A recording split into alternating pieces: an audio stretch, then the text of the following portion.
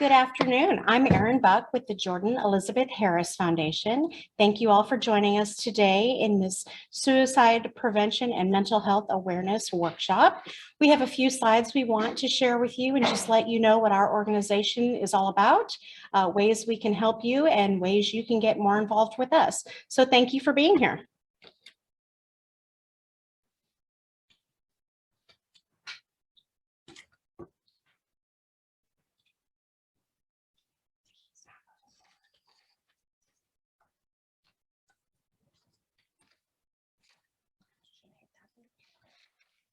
We'd like to first introduce you to Jordan, our namesake. Jordan Elizabeth Harris was a 22-year-old, old scholarship student.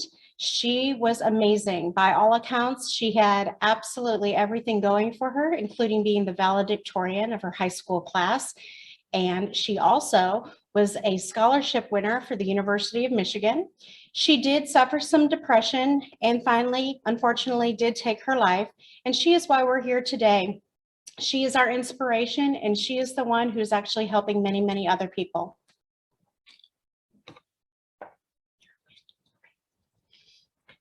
The Jordan Elizabeth Harris Foundation's mission is to eradicate suicide by funding depression research, creating awareness through education, erasing the stigma surrounding mental health, and providing hope to those who are struggling in silence. We hope through all of these mission statements that we will one day have a world where suicide is never a choice. We work with compassion, integrity, dedication, and impact. We're very proud of our programs here at the organization. We are very fortunate to have had the support over the years to be able to give $457,000 in depression research. These are through grants through the UT Southwestern Medical Center, TCU, and UNTHSC School of Medicine. We also are very proud lately of a program that we have that educates medical students becoming doctors and with their mental health. QPR, which stands for Question, Persuade, and Refer, is a 3-step gatekeeper training where individuals can learn the tools that can save a life in about 60 minutes. By the end of the training, you will have those tools and the confidence and competence to help someone at risk for suicide. We are very proud of our program, Hope Squad, which are in many, many schools in the organization. By the end of this school year, the calendar year, we will be in 100 schools in Tarrant County and the surrounding areas. Hope Squad is a peer-to-peer program. These are made up of students who are voted by other students to be ones that are most likely to be trusted, to be helpful, to be friendly and compassionate. It is not a celebrity contest, as some people have called it before, but rather students who are very comfortable speaking with other students. They will also be given the tools that they can recognize some of the behavior that may be leading to things that are questionable or off with a student. We had one student the other day that actually said, I could just tell something was wrong. Beyond the Cube is a QPR suicide prevention program within the workplace. Cube, which kind of was originally brought with when you worked in a cubicle, provides QPR in the workplace and suicide prevention training that can be adapted for businesses and corporations. We can come to you with your businesses or organizations and perform QPR with you. Let's talk about QPR. Is our QPR program that we have on Taco Tuesdays, and we do provide a free taco dinner along with the free suicide prevention training. This is a really fun training in the sense that the community can really come out, have fellowship, ask questions, learn those tools that are important, and just be together. And I will also talk about this at the end, but we have one coming up here in the Keller Alliance and Northwest ISD area on Tuesday, March 22nd. There'll be more information at the end of this, but I just wanted to let you know that there will be one in your area very soon. And then Unite for Light is a program in which we have the Train the Trainer suicide prevention model, and that is within Tarrant County, but we are actually spreading out to the other counties around us, Johnson County, Parker County, Ellis, and Erath. Those are comprised of different nonprofit organizations, municipal agencies, and academic institutions. We partner with these people and organizations to provide more outreach, more information, and have just more collaboration within the community. QPR Again, stands for question, persuade, and refer. So when we have QPR, we ask people, how we can give others support. How are you doing? Checking in on people. Many people could be hurting right now. And then on the slide, you can see where you can be in the demographic. I want to help, but I'm not sure how. I need to give someone hope, or I may need hope myself. We meet you where you are, and our program director, Christy Wiley, is amazing at performing this QPR training for you. And like I said before, it is a free 1-hour class, and I just wanted to reiterate, it is for question, persuade, and refer. These are the 3 simple steps to save a life from suicide. We also offer them virtually and can also offer them independently of the dates you see here for your specific organization. Research shows that the odds of surviving a heart attack in a public place are 10 times greater in regions where thousands of ordinary citizens are trained in CPR. It's called bystander rescue. When someone shows signs of experiencing cardiac arrest, the response of nearby friends, family, or coworkers is critical. The effective use of CPR doubles or triples one's chances of surviving a heart attack. Like CPR, QPR is an emergency intervention for someone experiencing a life-threatening crisis. QPR is easy to learn and easy to remember, but it takes courage to overcome our fears about reaching out to help someone who may be considering suicide. Research also shows that where QPR is widely taught, suicide attempts and deaths decrease. Just like CPR, QPR requires quick, bold, and informed action. Because suicide, like heart attacks, remains a rare event, we must train hundreds to save one, thousands to save hundreds, and millions to save thousands. There's an old Welsh saying, no great misery goes unspoken. When we have a toothache, we tell people, we don't hide our pain. But because of the stigma and taboo around the word suicide, many people considering suicide don't speak plainly about their suffering. They fear our rejection. They fear that if they say something, we will ridicule them or make fun of them. As a result, people thinking about suicide often use indirect language. They hint at what they're thinking of doing. They send us coded messages, and they suffer in silence. Called suicide warning signs, QPR training teaches you how to recognize these warning signs, quickly decode them, and then question the person in an informed and compassionate manner to learn if they are considering suicide. Just as talking about physical pain helps diminish it, talking about suicide with someone willing and able to listen reduces psychological pain almost immediately. Trained QPR gatekeepers are merchants of hope, and hope helps prevent suicide. Millions of people have now been trained in QPR. Rigorous independent research studies support QPR as effective, and thousands of personal stories assure us that QPR is saving lives. When you use QPR, not everyone will be suicidal. Some people are simply stressed to the breaking point, but they still need help you can give. Please note that you cannot put the idea of suicide into someone's mind. People are either thinking about suicide or they're not. The fear of putting the idea of suicide into someone's head is a myth that keeps us from acting when we should do just the opposite. QPR is a universal intervention for people in pain, whether they're thinking about suicide or not.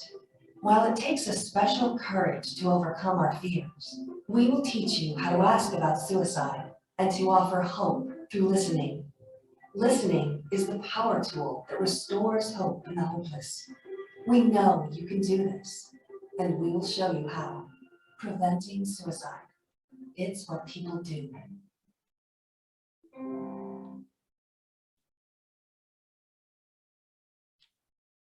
Okay, it's what people do. Through QPR, you can learn this very valuable training, and we will offer a chance to do a QPR here soon at the Keller Library. Today is just for informational purposes of what we do, but we'll get into QPR more in depth at a later date. Just some suicide facts and figures here for you. I won't go through all of them. I'll let you kind of peruse those, but suicide is the most preventable type of death in this country. And it's the 10th leading cause of death in Americans in the ages 10 through 34 age group, and the leading cause of death for 35 to 44-year-olds. 12 million Americans have serious thoughts about suicide, and this is why we're here today. This is a lot of people who are maybe afraid to talk about it, or there is stigma surrounding it. As you can see the other facts and figures, you can see that firearm deaths are a very high percentage of suicide deaths. Because of that, we don't give any training about firearms, but we let you know about safety procedures surrounding them, and as well as over-the-counter medication and prescription medication. Suicide rates are 1.5 times higher for veterans, and 90% of those who died by suicide had a diagnosable mental health condition at the time of their death. Among those adults with the diagnosed health condition, 43.8% did not receive mental health services in the past year. This can be for a number of reasons, but once again, why we need to bring this conversation to light. 73.1% of the United States did not have enough mental health providers to serve residents in 2020. And this is again why many people go undiagnosed or do not receive the help that they are needing. Also, depending on where you live in the country, resources are more difficult to have or to get to. In Montana, where people are not as closely near each other or services, it can take months to get an appointment with a professional. These are our Texas facts for 2019. We are working on some updated facts, but for right now, this is what they look like. As you can see on the bottom, Texas is ranked 39th out of all of the states. That per population is 100,000. There are 13.38 people that are suffering or have died by suicide. Again, with the amount of distance and population that greatly affects us. So many people think that there are more suicide rates possibly in California or New York. When we do this live in person, I can look around the room and ask for hands. And it's really because of the population and the density and the resources that may or may not be available. Again, here's a map of the entire country, and it kind of goes with what I just said. You can see in the green where Texas is, we're in the lower third of suicide rates in the United States. The less densely populated states are the ones that have the higher suicide rates. And again, this is for resources. This may be because of population. They may not have anybody that they can talk to. We had one QPR actually where somebody shared with us that they were originally from New York and that they could literally go outside and put their arms out and touch another human being, where you may not be able to do that in less populated states. These are statistics for Tarrant County. This is the most recent information that we have. People were surprised actually that the suicide rate went down slightly during 2020 in Tarrant County, but also the attempts went up in the county. That's what we are more concerned about. We want to share more information with you to get more resources available, more training available, and more signs to look out for your neighbors, your family, and your friends. We have had an increase in Tarrant County, and I wanted to stress that that also is with the population rise, but that these statistics also support the same correlation with how, as our population is rising, we're having more mental health issues and less resources. This is something that we are working closely with the county to try to find more resources for people. And here are some of the resources that we have currently. All of this can be found on our website. It'll also be found here at the Keller Library. These are private lines, and I wanted to share especially the crisis text line. This is especially important for people who may not be able to get away from work or students at school. We know that during lunch that the text line actually goes up. Students go into the bathroom more often and lock the door and text to get someone on the other line just to talk to. So we are again trying to get rid of that stigma, have the conversations, but have the resources that are available. There's also a Spanish speaking number there at the bottom that everybody can see. This is national. And then our other suicide prevention lifeline there on the bottom. They will answer at all times. This is private. So these are what we can do right now in Tarrant County, and we are continuing to work even more closely with other communities and other organizations to bring more resources. And then as we close, we just want to let you know that we are 100% donor funded, and community members like you allow us to do the work that we can do. We have one fundraiser a year, and that is our annual luncheon. It is November 10th this year. And again, all of that information can be found on our website. I wanted to once again invite everybody to the Let's Talk About QPR, which will be at 6 p.m. Tuesday, March 22nd. That will serve the Keller Alliance and Northwest ISD communities. It'll be at 2301 Horizon Drive. And we will leave all of this information here at the library as well as on our website. Thank you for joining us briefly today to learn just a little bit more about what we do and how you can become more involved. Again, my name is Erin Buck with the Jordan Elizabeth Harris Foundation. If you would like to contact me directly, please email me at e.buck, B-U-C-K, @JEH Foundation, spelled out, FOUNDATION, FW.org. Thank you so much, and we look forward to hearing from you soon.